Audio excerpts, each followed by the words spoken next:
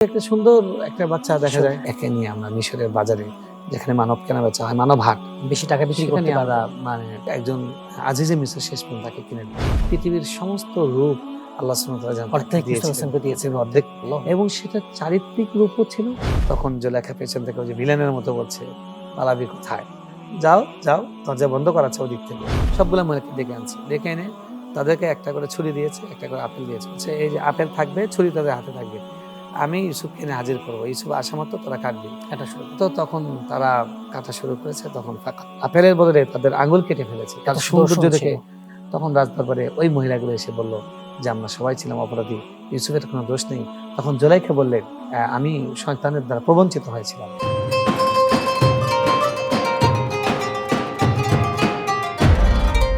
আসসালামু আলাইকুম ওয়া রাহমাতুল্লাহি ওয়া বারাকাতুহু। আলহামদুলিল্লাহি ওয়াহদা ওয়াসসালাতু ওয়াসসালামু আলা আবদিহিল মুস্তাফা আল মুস্তাফা ওয়া আলা আলিহি ওয়া সাহবিহি রাশাদ। প্রিয় দর্শক, আদি প্রেজেন্টস দি ইসলামিক পডকাস্ট থেকে স্বাগত জানাচ্ছি মাসুম বিল্লাহ বিন রেজা। আজ আমার সাথে হোস্ট হিসেবে রয়েছেন বিশিষ্ট ইসলামী চিন্তাবিদ, শিক্ষাবিদ, লেখক শাইখ আলী হাসান তৈয়ব। আসসালামু আলাইকুম ওয়া রাহমাতুল্লাহ। ওয়ালাইকুম আসসালাম ওয়া রাহমাতুল্লাহি ওয়া বারাকাতুহু। শাইখ কেমন আছেন সাহেব? আলহামদুলিল্লাহ ভালো আছি, আপনি কেমন আছেন? আলহামদুলিল্লাহ আমি ভালো আছি, আলিল্লাহিল হামদ। আজ আমরা হাসানুল কসাস ইউসুফ আলাইহিস সালাম তার জীবন থেকে কয়েকটা ঘটনা জানবো। শুরুতে কোরআন মাজিদ তার ঘটনা সম্পর্কে কি বলেছে সেটা জানবো, তাকে নিয়ে কি বলেছে। ধন্যবাদ। তাহমিদুন নসল্লি আলা রাসূলিল কারীম। কোরআনে কারিমে আল্লাহ সুবহানাহু ওয়া তাআলা অনেক ঘটনা তুলে ধরেছেন, আগের নবীদের ঘটনা। উনি বলেছেন মিনহুম মান কাসাসনা ওয়া মিনহুম মান লাম নাকাসুস আলাইক। অনেক নবীর ঘটনা আমি বলেছি, অনেক নবীর ঘটনা বলি নাই। কিন্তু যত নবীর ঘটনা আল্লাহ বলেছেন তার মধ্যে আল্লাহ নিজের ভাষায় প্রতিদিনের পুষ্টির চাহিদা পূরণে পরিপূর্ণ আস্থায় আরডি ইউএচটি মিল্ক, ভালোবাসার বিশুদ্ধতায়। আহসানাল কাসাস, এক জায়গায় পুরোটা বলে দিয়েছেন এবং বলেছেন এটা সবচেয়ে সুন্দর গল্প। গল্প। এবং এই সূরার নাম হলো সূরা ইউসুফ। ইউসুফ। ইউসুফ আলাইহিস সালামের আদ্যপান্ত একটা সূরাতে একটানা আল্লাহ বলে গেছেন, এরকম কোন নবীর ক্ষেত্রে ঘটে না। যেমন বিক্ষিপ্ত মুসা আলাইহিস সালামের ঘটনা অনেকবার এসেছে, অনেকবার, সবচেয়ে বেশি তো কোরআন মাজিদে। সবচেয়ে বেশি বলেছেন, তো সেটা বিভিন্ন বিভিন্ন সূরায় জায়গায়। আল্লাহ বলেছেন। তো কিন্তু ইউসুফ আলাইহিস সালামের ঘটনা পুরা একটা সূরার মধ্যে আল্লাহ বলে দিয়েছেন। এবং এই ঘটনাটা সেদিক থেকেও সবচেয়ে চমৎকার যে আল্লাহর বর্ণনা ভঙ্গিতে ঘটনাটা এসছে। জি। আহসানুল কাসাস মানে সুন্দরতম ঘটনা, সুন্দরতম গল্প। আবার এই ঘটনার যে মশলাগুলো, ঘটনার যে ভেতরের দিকগুলো, এলিমেন্টস। এলিমেন্টস, সেগুলোও কিন্তু সবচেয়ে সুন্দর ছিল। আমরা যদি দেখি যে ইউসুফ আলাইহিস সালামের ঘটনা, শত শত ঘটনা আছে, এবং কোরআনের এক একটা ঘটনা আবার 500 ঘটনা আছে। এগুলোর উপর অনেক বই হয়েছে। জি। এগুলোর উপর মানে শুধু ইউসুফ আলাইহিস সালামের ঘটনার উপরে শত শত বই লেখা হয়েছে। বই হয়েছে। তো আমরা সেখান থেকে অনেক ঘটনায় আমরা কোট করতে পারি। তো সবচেয়ে বড় দিক হলো যে আল্লাহ সুবহানাহু ওয়া তাআলা শুরু করেছেন এই কথা বলে সূরা ইউসুফ যে নাহনু নাকুসসু আলাইকা আহসানাল কাসাসি বিমা আওহাইনা, আমি আপনার উপরে সবচেয়ে সুন্দর ঘটনা নাজিল করেছি। যত বলা হচ্ছে আমাদের নবীকে আল্লাহ বলছেন। তো কি ঘটনা? রাআইতু আহাদা আশারা কাওকাবান রাআইতুহুম লি সাজিদিন। সেই ঘটনার শুরুটা এরকম ছিল যে ইউসুফ আলাইহিস সালাম তিনি একদিন দেখলেন, তিনি তখন ছোট বাচ্চা, স্বপ্নে দেখলেন। তিনি স্বপ্নে দেখলেন যে 11টা চাঁদ, 11টা তারকা তাকে সিজদা করছেন। তিনি এটা সূর্য দেখতে চন্দ্র। পেলেন, চন্দ্র সূর্য সহ।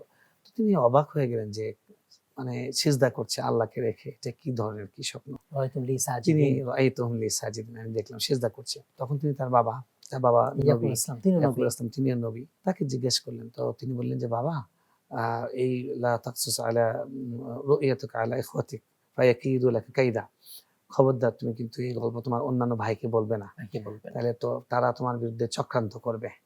তো তিনি আর ঘটনাটা তার বললেন না, চেপে গেলেন। কিন্তু বাবা এই সন্তানকে বিশেষ ভালোবাসতেন। এটার আচ্ছা। কারণটাও ছিল, কারণটা একে ছিল যে ইউসুফ আলাইহিস সালামের চরিত্র সবচেয়ে ভালো ছিল সব সন্তানের মধ্যে। আমরা জানি যে বাবা মা সবগুলো সন্তানের মধ্যে যেটা আখলাক চরিত্র ভালো, বাবা মার কথা শুনে মান্যতা দেখায়, স্বাভাবিক সফট কর্নার তার প্রতি তৈরি হয়। এটা তার মা মানুষের মারা স্বাভাবিক। গেছেন। হ্যাঁ, মা মারা গেছেন। এটা একটা ছোট কারণ। আর দ্বিতীয় কারণ হলো যে তার মা মারা গেছেন। বানিয়ামিন আর দুই তো ভাই। তারা এই যেই মাটা মারা গেছেন, তিনি ছিলেন সব ভাইগুলোর মধ্যে এই 2টা ভাই সবচেয়ে ছোট ছিলেন। আবার এই 2টা ভাইয়ের এরা সহোদর, এদের মা মারা গেছেন। ওরা আর আখলাক খালাতো ভাই। চরিত্রের দিক থেকেও ভালো হয়েছেন। ওই ভাইগুলো খালাতো ভাই। বাকি 10 জন। তারাও হ্যাঁ, তারা বোন ছিলেন। জি। হ্যাঁ, তার মায়েরা বনে বনে ছিলেন। বনে বনে ছিল। তো এখন এই মানে এই ভাইগুলো যে আপত্ত স্নেহ পিতার সন্তানের প্রতি, এটা দেখে তারা মনে মনে প্রচন্ড ক্ষুব্ধ এবং ঈর্ষান্বিত। এই দেখে তারা চক্রান্ত করতে থাকলেন, তারা চিন্তা করতে থাকলেন যে কিভাবে একে বাবার কাছ থেকে আলাদা সরানো সরানো। যায়, তারা অনেক চিন্তা আলাদা করলো, করা যায়। তো দেখছে না কোনোটাই তো সফল হয় না।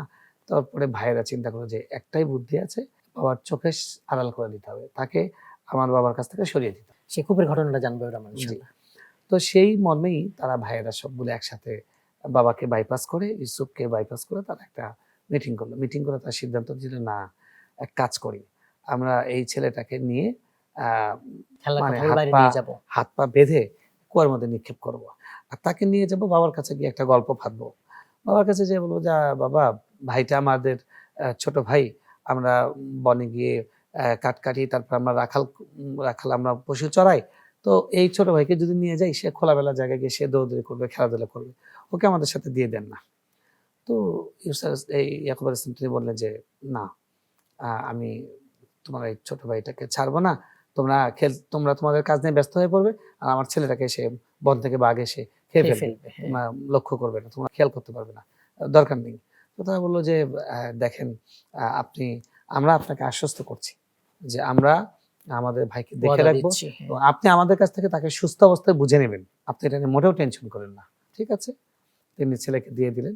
ইউসুফ আলাইহিস সালামকে তারা নিয়ে গিয়ে হাত পা বেঁধে তারা কূপের মধ্যে ফেলে দিলেন। কে বলে হত্যা করুন, আর কে বলে হত্যা করুন। হ্যাঁ, তারা ফেলে তাদের দাও। মধ্যে ভাইদের মধ্যে কয়েকজন বলে যে, দেখো, তারা মানে বড় ভাইটা পরামর্শ বলল, করছে হ্যাঁ। কি করা যায়। কেউ বলছে ওকে মেরে ফেলি, আমরা মেরে ফেলে খবর দিয়ে দিই। আবার তাদের মধ্যে কেউ বলে যে, না, আপন ভাই, তাকে মেরে ফেলো না, এটা তো একটা অনেক বড় গুনাহ হবে, আমরা তো এমনি চক্রান্ত করছি, সেটা আমরা ঈর্ষা কাতর হয়ে করছি, যাই হোক, ওটা আল্লাহর কাছে আমরা মাফ চেয়ে নেবো, কিন্তু মেরে ফেলে তো সেটা খুন হয়ে যাবে। তো এক কাজ করো, তাকে আমরা একটা কুয়ার মধ্যে, একটা পতিত কূপ, মানে দূরে একটা পতিত কূপের মধ্যে ফেলে দিই, যে সেখানে আস্তে আস্তে থাকতে থাকতে মরে যাবে, কিংবা দূরের কোনো কেউ নিয়ে প্রতিবেশী চলে যাবে। তাকে নিয়ে চলে যাবে, নিয়ে বিক্রি করে দেবে। হলেও তাই ঘটনা। তখন বিক্রি প্রথা ছিল। তখন মানব সন্তান কেনাবেচা হতো। আচ্ছা। তো তিনি ওই কুয়ের মধ্যে রয়ে গেছেন, আল্লাহ তাকে ওখানে রেখেছেন, রাখে আল্লাহ মারেকে, জি, জি। ওমাকার আল্লাহ। ওদিক দিয়ে একটা প্রতীক দল যাচ্ছে, তারা কুয়া দিকে বলছে, আরে কুয়া, তাহলে পানি। এখান থেকে আমরা কিছু পানি নিয়ে নিই, পানি সংগ্রহ করি। তখন তো পানি সব জায়গায় ছিল না, যেখানে পানি পেত তারা মস্কের মধ্যে, পাত্রের মধ্যে তারা সেটা ভরে নিতেন, সেটা ভরে অনেক নিত। সুন্দর ক্যারি করতেন, তারা সংরক্ষণ করতেন। মরুভূমির মধ্যে তো তারা একটা বালতি ফেলে দিলেন, আদলা দালওয়া, দেলুয়া। একটা বালতি ফেলে দিলেন। বালতি ফেলে দেওয়ার পরে ইউসুফ আলাইহিস সালাম বালতি দেখে বুদ্ধিমান, হ্যাঁ, তিনি এই বালতিটা তুললেন। এই বালতি তো তারা উপরে টেনে তুলবে, হ্যাঁ, টেনে তুলছে, কি এত ভারী লাগে, তো টেনে এরকম তুললো। তোলার পরে যখন তুলেছে, সুবহানাল্লাহ, সুদর্শন কিশোর। হাজা গোলাম, তো এই দিক থেকে একটা সুন্দর একটা বাচ্চা দেখা কিশোর, যায়, হ্যাঁ। তখন তার বললো যে, এই কিশোরকে চলো এক কাজ করি, একে আমরা নিই, একে নিয়ে আমরা মিশরের বাজারে, যেখানে মানব কেনা বেচা হয়, মানব হাট, বেশি টাকা বিক্রি সেখানে করতে আমরা পারবো মানে আমরা ভালো দামে বিক্রি করতে, বাচ্চারা দেখতে অনেক চড়া মূল্যে। সুন্দর। তো তারা কূপ থেকে তাকে তুলে নিয়ে গেলে এই হাটে নিয়ে গেল। হাটে নিয়ে যাওয়ার পরে ইউসুফ আলাইহিস সালামকে কে কিনবে, তারা একটা প্রতিযোগিতা, কম্পিটিশন শুরু করে দিল। ওর মধ্যে একটা বুড়ির ঘটনা আছে তাফসীরের মধ্যে, যে একজন বুড়ি, তার টাকা পয়সা নেই, সে এই বাচ্চাটার চেহারা দেখে তার মনে হয়েছে কোনো সম্বন্ধ করে সন্তান হবে, হয়তো নবীর কোনো সন্তান হবে, তার তার মানে দূরদৃষ্টি দিয়ে সে সেটা কল্পনা করেছে। সে তার কাছে কিছু পুরাতন রশি ছিল, সে বলছে, এই রশির বিনিময়ে আমি বাচ্চাটাকে কিনতে চাই। সে জানে যে এটা দিয়ে বিক্রি করবে, তার দাম তো অনেক উঠছে। তাকে জিজ্ঞেস করছে, তুমি তারপরে কেন গেলে, যে তুমি তো জানো এটা কিন্তু।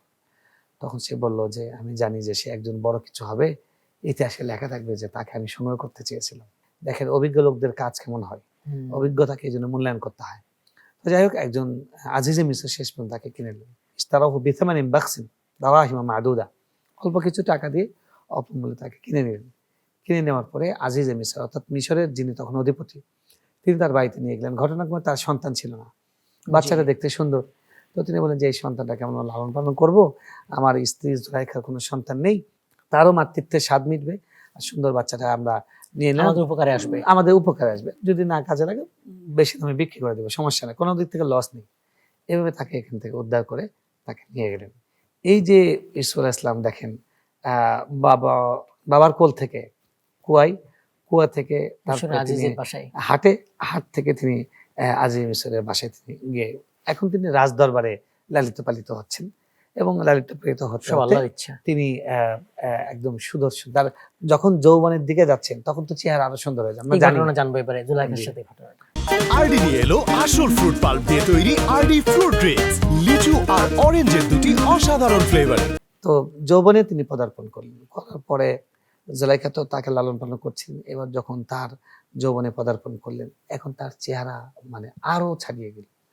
মানে দেখে আর নিজেকে সামলানো যৌবনের যায় না চেহারা যে ভালো হয়, মানুষ এত সুন্দর হতে পারে।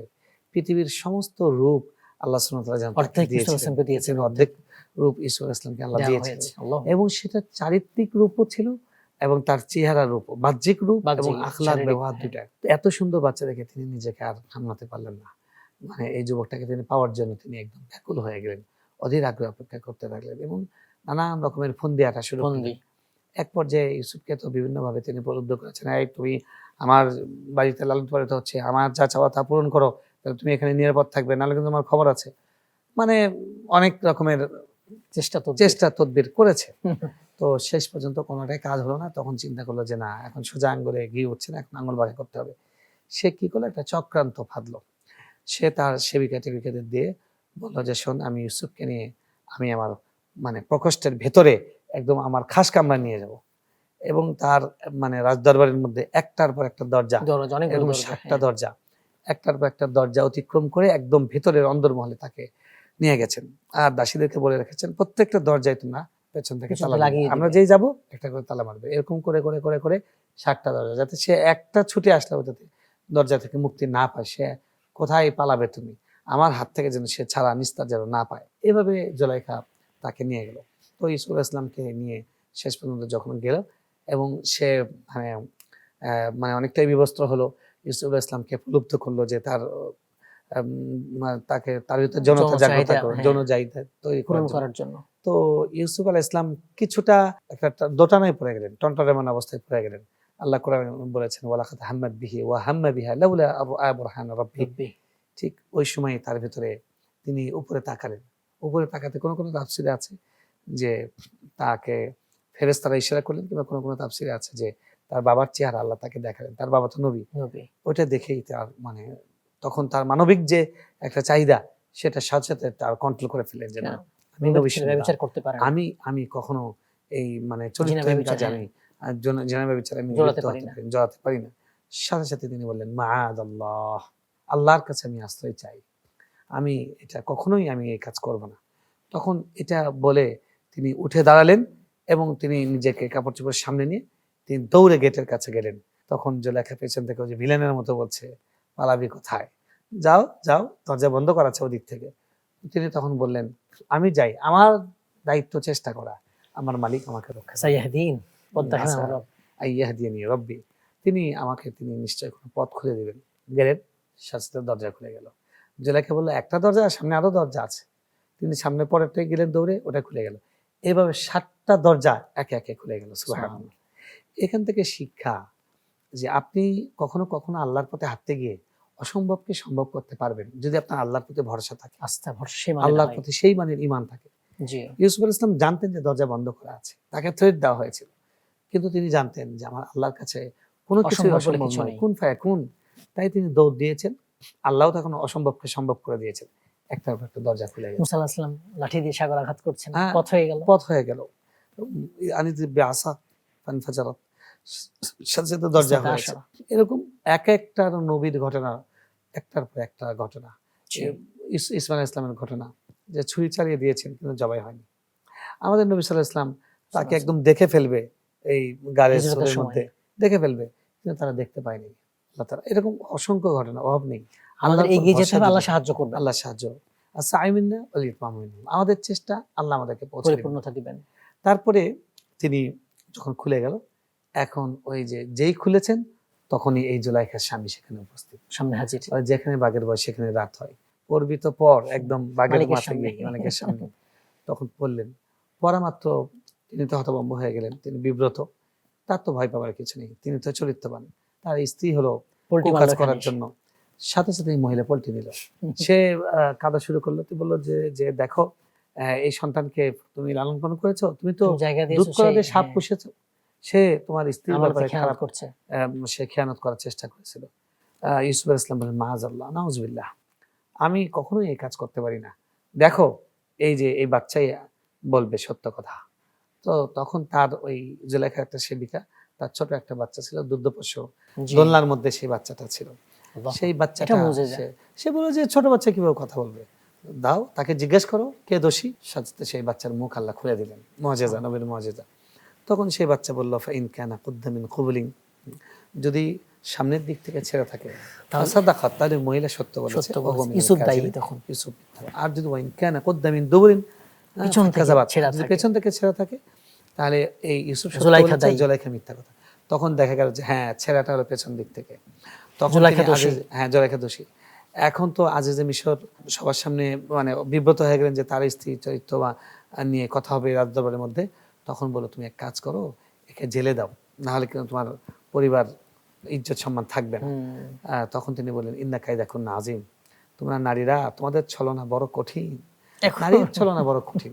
কি করে এখন পর্যন্ত গ্রামাঞ্চলে কি হয় যে নিজে নিজে ব্লেড দিয়ে শরীর ছিঁড়েছে, কাপড় ছিঁড়েছে, বলে ধর্ষণ করার চেষ্টা করেছে, পুরুষকে ফাঁসিয়ে দিচ্ছে। ফাঁসিয়ে দিচ্ছে। অহরহ এই ঘটনাগুলো ঘটছে, পুরুষ নির্যাতন, অহরহ পুরুষ নির্যাতন চলছে। এটা কিন্তু ওই জুলাইখার যুগ থেকে, ইউসুফ আলাইহিস সালামের যুগ থেকে আমরা চলে এবারে আসছে। ওই জেলখানার ঘটনাটা জানবো ইনশাআল্লাহ। প্রতিদিনের পুষ্টির চাহিদা পূরণে পরিপূর্ণ আস্থায় আরডি ইউএচটি মিল্ক, ভালোবাসার বিশুদ্ধতায়। তারপরে তো তাকে ওই যে ইজ্জত বাঁচানোর জন্য তাকে জেলখানায় দিবে। এর আগে মহিলারা কথা বলছে যে সি সি জুলাইখা, তোর চরিত্র তো খারাপ, তুই একটা নিজের পালিত সন্তান, তাকে দেখে তুই সামলাতে পারলি না। বলি দাঁড়া, আমি তোদেরকে খেলা দেখাচ্ছি। দেখাই তাকে, হ্যাঁ। সবগুলা মহিলাকে ডেকে আনছে, ডেকে এনে তাদেরকে একটা করে ছুরি দিয়েছে, একটা করে আপেল দিয়েছে। বলছে এই যে আপেল থাকবে, ছুরি তাদের হাতে থাকবে, আমি ইউসুফকে এনে হাজির করবো, ইউসুফ আসা মাত্র তোরা কাটবি। কাটা শুরু করো। তো তখন তারা কাটা শুরু করেছে। তখন ফাকাত্তা'না আইদিয়াহুম, আপেলের বদলে তাদের আঙ্গুল কেটে ফেলেছে। তার সৌন্দর্য দেখে বিমোহিত হয়ে গেছে। মালাইকা ফেরেশতা, হ্যাঁ, মানুষ তারা হতে বলছে পারে যে না। এটা তো কোনো মানুষ হতে পারে না, হাশা লিল্লাহ, আল্লাহ, এটা তো অসম্ভব, এটা কোনো, এটা মালাইকা, এটা তো ফেরেশতা, এটা মানুষ হতে পারে না। মানুষ হতে পারে। তখন ইউসুফ জুলাইখা বলে যে দেখছিস। তো যাই হোক, তারপরে তাকে জেলখানায় নেওয়া হলো।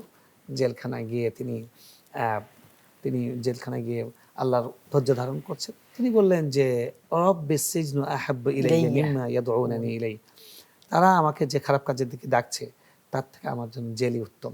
তিনি জেলখানায় থাকতে শুরু করলেন। তো জেলখানায় থাকতে থাকতে তার আখলাক, চরিত্র, তার জেলমেট যারা ছিল তারা দেখছিল। তো তাদের মধ্যে দুজন যুবক দুটো স্বপ্ন দেখলো। স্বপ্নে দেখলো, দেখে ইউসুফকে বললেন যে ব্যাখ্যা, তাবির। আমরা ইন্নানি আরাক মিনাল মুহসিনিন, দেখছি যে তুমি একজন ভালো একজন মানুষ, নেককার একজন মানুষ। ইউসুফ ইউহা সিদ্দিক আফতিনা, হে সত্যবাদী ইউসুফ, তুমি আমাদেরকে একটু স্বপ্নের ব্যাখ্যাটা বলে দাও। ব্যাখ্যা বলো। ইনকুমদুলি রুইয়া তা'বুরুন, স্বপ্নের একটু ব্যাখ্যা বলে দাও। তো কি স্বপ্ন দেখেছো তারা? তারা বললো যে আমরা আম্মা আহাদুহুমা ফায়াসকি রাব্বাহু খামরা, আমাদের একজন দেখলো যে সে তার মুদিবের জন্য সে মদ বানাচ্ছে, খেজুর দিয়ে, আঙ্গুর দিয়ে সে আঙ্গুরটাকে মানে সেচে সেটাকে মদ বানাচ্ছে, মদ তৈরি করছে মালিকের জন্য। আর আরেকজন দেখছে যে একজন তার মাথার উপর থেকে রুটি খাচ্ছে, কাকে এসে চিলে এসে তার মাথার উপর রুটি খাচ্ছে। তারা, আমি স্বপ্নের তাবির ইনশাআল্লাহ করবো, হাদা মিম্মা আল্লামানি রব্বি, আমার রব আমাকে শিক্ষা দিয়েছেন, আমার রব আমাকে শিক্ষা দিয়েছেন। তিনি কোনো অহংকার করছেন না, ক্রেডিট নিচ্ছেন না। তারপর তিনি তাদেরকে তাওহীদের দাওয়াত দিলেন। আরবাবুম মুতাফাররিকুনা আমিল্লাহিল ওয়াহিদুল কাহার। দেখেন, তারা চেয়েছে স্বপ্নের তাবির, কিন্তু একজন নবীর স্পিরিট হলো তারা উম্মতকে তাওহীদের দাওয়াত দিবেন। ওই সময় তিনি তাওহীদের দাওয়াত দিলেন যে বলো তো, মানে অনেকগুলো একাধিক ইলাহ, একটা মানুষের 10টা বস, তার 10টা বসকে খুশি করতে হয়, আর একজন মানুষের একটা বস, কোনটা সহজ? একজনকে খুশি করা ভালো। তো তিনি তাওহীদের দাওয়াত দিলেন। যাই হোক, তারপর তিনি বললেন যে তোমাদের স্বপ্নের ব্যাখ্যা হলো যে তুমি যে দেখেছো মনিবের জন্য তুমি মদ বানাচ্ছ, প্রস্তুত করছো, তুমি মুক্তি পাবে, মুক্তি পাওয়ার পরে আবার মনিবের সেবা করবে, তার জন্য তুমি মদ বানাবে। আর আরেকজন তুমি যে দেখেছো তোমাকে ফায়ুসলাব, তোমাকে শুলবিদ্ধ করা হবে, এবং তোমার মাথার উপর থেকে এসে চিল বসবে, কাকে বসবে। হাদা তাইলু রুইয়া, উনি বলছেন যে এটা হলো স্বপ্নের ব্যাখ্যা, এবং এটার ঘটনা সত্যই হবে, এটার ফয়সালা হয়ে গেছে। তারপরে তাই হলো, তারা মুক্তি পেল। তো মুক্তি পাওয়ার সময় তিনি বলেছিলেন যে তোমরা একটু বাচ্চার কাছে যখন যাবে রাজদরবারে, আমার কথা বলবে যে একটা নিরীহ মানুষ অনেকদিন ধরে কারাগারে বন্দী হয়ে আছে। তারা বের হয়ে গিয়ে তারা ভুলে গেল। ইউসুফ আবার আরো কয়েক বছর জেলে থেকে গেলেন, তিনি বন্দী। এর মধ্যে অনেকদিন পরে বাদশাহ এবার নিজে স্বপ্ন দেখলো। বাদশার স্বপ্ন দেখলো যে সাবা বাকারিন সিমান, 7টা মোটা গাভী সে খাচ্ছে, এবং 7টা জীর্ণশীর্ণ গাভী। দেখলো যে 7টা ধানের শীষ, যেগুলোতে শীষে পূর্ণ, আর 7টা খালি। তো তিনি বললেন যে আইয়ুহাল মালাউ আফতুনি ফি ফিরো ইয়া হ্যাঁ আমার সভাসদ সভাসদ, বৃন্দ, পারিষদ। আমরা আমার পারিষদ বর্গ, তোমরা আমি যে স্বপ্ন দেখেছি এই স্বপ্নের তোমরা ব্যাখ্যা করো, আমি কি স্বপ্ন দেখলাম। তো তারা বললো যে মালিক এটা স্বপ্ন আমাদের ব্যাখ্যা বুঝে আসছে না, এটা খুব মানে অবান্তর কিছু বা বিক্ষিপ্ত স্বপ্ন। এটা বিক্ষিপ্ত স্বপ্ন। তখন এই যুবকের মনে পড়ে আরে আমি তো জেলখানায় দেখে এসেছিলাম একজন ভালো যুবক আছে তিনি ভালো স্বপ্ন ব্যাখ্যা করতে। তখন বললেন যে আমি সন্ধান দিতে ভালো পারি সন্তান নেককার সন্তানকে একজন লোককে চিনি যে ভালো স্বপ্নের ব্যাখ্যা করতে পারে। তখন তো বলছি ঠিক আছে তাকে নিয়ে এসো। তারা তাকে গিয়ে বললো রাজামশাই আপনাকে ডাকেন, আপনাকে জেল থেকে মুক্তি দিচ্ছেন। উনি বলছেন না আমি জেল থেকে বের হব না যতক্ষণ পর্যন্ত না আমার চরিত্র নিয়ে যে কথা বলা হয়েছিল সেটার ব্যাপারে প্রমাণ না হচ্ছে যে আমার কোনো দোষ ছিল, আমাকে নির্দোষ প্রমাণ করা। তখন রাজদরবারে ওই মহিলাগুলো এসে বলল যে আমরা সবাই ছিলাম অপরাধী, ইউসুফের কোনো দোষ নেই। তখন জুলাইখা বললেন যে আমি শয়তানের দ্বারা প্রবঞ্চিত হয়েছিলাম, এই এই ইউসুফ ছিলেন তিনি একজন নেককার। তখন ইউসুফ আসলাম বললেন এখন আমার চরিত্রের সত্যতা প্রমাণিত হয়েছে, এখন তিনি বের হলেন। বের হয়ে এসে তিনি বাদশার স্বপ্নের তাবির করলেন। তিনি বললেন যে দুর্ভিক্ষ হবে 7 বছর।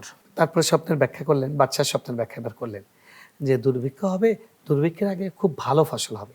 আপনি ভালো ফসল হবে যে 7 বছর সেটা রেখে দিবেন, কিছু খাবেন, কিছু ব্যবহার করবেন, ধানের শীষ সহ ওটা রেখে দিবেন, ওটা আপনি স্বপ্নে রেখেছেন। যখন দুর্ভিক্ষ হবে এই জিনিসগুলো আপনি তখন মানুষকে দেবেন, তাহলে রাষ্ট্রের নাগরিক দুর্ভিক্ষের মধ্যে না খেয়ে মরবে না। তো যখন দুর্ভিক্ষ আসলো এবার বাদশা বললেন, তিনি বললেন যে আমি হিসাব ভালো জানি, আমাকে দায়িত্ব দিতে পারেন, আমাকে দায়িত্ব দিতে পারেন। আমি মানে ফ্যামিলি প্ল্যানিং, আমি পরিকল্পনা মন্ত্রণালয় এবং খাদ্য মন্ত্রণালয় দুইটা আমি সামলাবো ইনশাআল্লাহ, দুর্যোগ মন্ত্রণালয় আমি সামলাবো। তো এখান থেকে বোঝা যায় যে কেউ যদি যোগ্য থাকে তাহলে বলতে পারে যে আমি ইমামতি করতে পারি। 10 জন লোক চেয়ে নিতে পারে, পদটা চেয়ে নিতে পারে যোগ্য থাকলে। যদি তিনি যোগ্য হন এবং ওখানে যোগ্য লোক না থাকে তো তারপরে তাকে বলে ঠিক আছে তাকে দায়িত্ব দেওয়া হলো এবং তিনি যথাযথভাবে তিনি সামলানেন। এর মধ্যে বাচ্চা অবস্থা কাহিল, তিনি মারা যাচ্ছেন। তিনি বললেন যে আমার পরে তাকে তোমরা নিযুক্ত করবে। আল্লাহ কি তারপরে তিনি এই কূপ থেকে জেলখানা থেকে তিনি এবার রাজদরবারে এসে তিনি মিশরের প্রেসিডেন্ট। এরপর ওই যে ভাইয়েরা বাবা দুর্ভিক্ষের সময় ভাইয়েরা আসছিল খাবার চাওয়ার জন্য, চিনে ফেললেন। জি, এবার দেখা গেল যে তিনি তো দায়িত্বশীল হয়ে গেলেন। তারপরে রাষ্ট্রের মধ্যে দুর্ভিক্ষ ছড়িয়ে পড়েছে। ইউসুফ ইসলামের যে সৎ ভাই যারা তাকে কূপে নিক্ষেপ করেছিল তারা না খেয়ে মারা যাবে এরকম একটা অবস্থা। তারা শুনলো যে মিশরে খাবার দিচ্ছে একজন ভালো লোক আছে, ভালো শাসক আছে। তা বাবার কাছে অনুমতি চাইলো যে আমরা যাই, গিয়ে আমরা সেখান থেকে খাবার আনি। তখন তার বাবা বলে যে তোমরা কিন্তু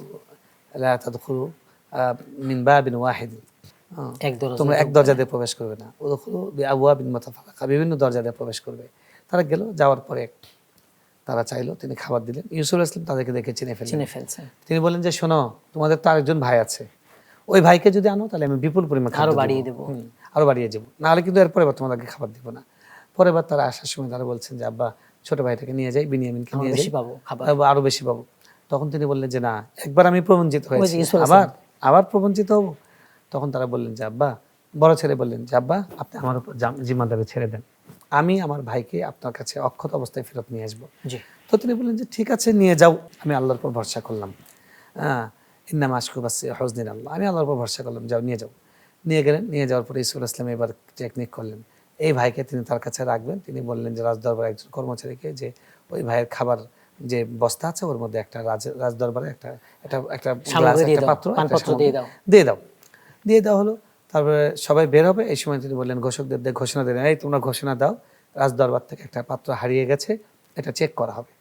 তখন তারা তাদের কাছে যখন গেল তারা বললো যে আমরা নবীর সন্তান, দেখেন আমাদের মাধ্যমে এই কাজ হওয়ার কোনো সম্ভাবনা নেই। আচ্ছা ঠিক আছে আমাদেরকে চেক করতে দাও, সম্ভাবনা না থাকলে তো কোনো সমস্যা নেই। তো চেক করে তখন বিনিয়ামিনের পাত্রের পাওয়া গেল। তখন সিস্টেম ছিল ওকে রেখে দাও। হ্যাঁ, তখন তারা বললো যে শোনো, চেক করার আগে বললো যদি আমরা পাই কি করবে, তো যদি তোমরা কারোর কাছে পাও তাহলে সেই হবে তার যাজা। তো ঠিক আছে, তারা বিনিয়ামিনের গ্লাসের সেখানে তার পাত্রের মধ্যে সেই পাত্রটা তার বস্তার মধ্যে পেয়ে গেল। তখন বললো এখন কি হবে? তখন তারা বলল তোমরাই তো বলেছিলে যে তাকে রেখে দেবে, আমরা এখন একে রেখে দেব। তখন বললো যে প্লিজ, আমার বাবা বৃদ্ধ মানুষ, শেখুন, হ্যাঁ একজন বৃদ্ধ মানুষ, তার একটা ভাই হারিয়ে গেছে, দেখো অন্য ভাইকে রেখে তাকে ছেড়ে দেন। বলে না, সেটা করলে তো আমরা জালেম হয়ে যাব। তখন বলছে চুরি করতে পারে, ওর একটা ভাই ছিল ফাকাদ সারাকা আখুল্লাহ, তার আরেকটা ভাই ছিল, ওই ভাইটাও চুরি করেছিল। সৎ ভাই জেগে উঠলো, হ্যাঁ সৎ ভাই জেগে উঠলো। তখন ইউসুফ ইসলাম বললেন তোরা তো এখনো শয়তানি, এখনো সারস নাই, এখনো ভালো হস নাই। তখন তার ভাইকে কাছে ডেকে নিল, ছোট বাচ্চা, সে ভয় পেয়ে গেছে, কানে বলল, তুই চিন্তা করিস না, আমি তো আনা ইউসুফ ওয়া হাদা আখি, তো আমি কিন্তু তোর বড় ভাই ইউসুফ, তুই চিন্তা করিস না। সুবহানাল্লাহ। যাই হোক, ওরা তখন বুঝে ফেললো যে ইউসুফ আলাইহিস সালাম সত্য এবং তিনি নবী। তখন ইউসুফ আলাইহিস সালামের কাছে তারা নথি স্বীকার করলো। আনতা ইউসুফ, আনতা ইউসুফ, তুমি কি তুমি ইউসুফ? বোধহয় ইউসুফ। আমরা বুঝতে পেরেছি। ইউসুফ আলাইহিস সালাম বললেন, হ্যাঁ, আমার আর রব আমার উপর কদ মান্না আলাইয়া, আল্লাহ আমার উপর দয়া করেছেন। এবং তিনি তারপরে বললেন যে তোমরা এই যে কাপড়টা নিয়ে যাও, আমার বাবা চোখের উপরে এটা ঠেকাবা, ইয়াতি বাসিরা, তার দৃষ্টিশক্তি ফিরে আসবে। ভাইয়েরা যখন সেই কাপড় নিয়ে যাচ্ছিলেন, তখন যাওয়ার সময় দূর থেকে বলছেন যে আমি ইন্নিল আজিদু রিহা ইউসুফ, আমি ইউসুফের ঘ্রাণ পাচ্ছি। তো বলেন যে আপনি মনে হচ্ছেন সেই আপনার ইন্নাকা লাফি দালালিকাল কাদিম, আপনি সেই পুরাতন ভুলের মধ্যে আছেন, আপনি ভুল শব্দ বলছেন, বয়স হয়ে গেছে। তো একটু পরে তারা এসে দৃষ্টির সামনে যখন ওটা মেলে ধরলো, সাথে সাথে তার দৃষ্টিশক্তি ফিরে আসলো। তখন তিনি বললেন, দেখো আমি নবী, আমি তোমাদের আল্লাহর পক্ষ থেকে এমন জিনিস জানি তোমরা যা জানো না। তারপরে ইউসুফ আলাইহিস সালাম নির্দেশ দিলেন সবাইকে নিয়ে মিশরে যাবে, বাবা মা সহ। তারা গেল এবং ইউসুফ আলাইহিস সালাম তখন তার বাবাকে তার চেয়ারে বসে দিলেন এবং সকলে সিজদাত শুকর, তারা সিজদায় চলে গেল। তার তখন হাদা তা'য়িলু রুইয়া, হাদা তা'বিলু রুইয়ায়া, এটাই হলো আমার স্বপ্নের ব্যাখ্যা। 10 ভাই বাবা মা, 10 ভাই বাবা মা, এই হলো স্বপ্ন। আল্লাহ সুবহানাহু ওয়া তাআলা, আল্লাহ এইভাবে আমি ধৈর্যশীলদেরকে পুরস্কার দিয়ে থাকি। তো এই জন্য মূল কথা হলো ধৈর্য। আমাদের জীবন এবং আল্লাহর উপর আস্থা রাখতে হবে, আমাদের আল্লাহর প্রতি আস্থা রাখতে হবে, সর্ব অবস্থায় সবর করতে হবে, শুকর করতে হবে এবং ভেঙে পড়লে চলবে না। আল্লাহর প্রতি আল্লাহর প্রতি সুধারণা রাখতে হবে। আল্লাহর প্রতি সুধারণা রাখতে পারলে আল্লাহ আমাদের পরিণাম ভালো করবেন ইনশাআল্লাহ। আহসানতা, জাযাকাল্লাহ খাইর। আমাদের মূল্যবান সময় দিয়েছেন, সুন্দর আলোচনা করেছেন, জাযাকুমুল্লাহ খাইর। আপনাকে ধন্যবাদ ভাইয়া। প্রিয় দর্শক, আপনারা এতক্ষণ দেখছিলেন আরডি প্রেজেন্টস দি ইসলাম পডকাস্ট। আজ আমরা ইউসুফ আলাইহিস সালামের জীবন থেকে 4টা ঘটনা জেনেছি, শিক্ষাগুলো বলেছি। শিক্ষাগুলো হচ্ছে আল্লাহ তাআলার উপর আস্থা রাখা, ভরসা রাখা, সবর করা আল্লাহ তাআলার উপরে, আর হচ্ছে দোয়া করা। আমরা এই শিক্ষাগুলো আমাদের জন্য বাস্তবায়ন করব। আল্লাহ তাআলা তৌফিক দান করুন, আমিন। আসসালামু আলাইকুম ওয়া রাহমাতুল্লাহি ওয়া বারাকাতুহু।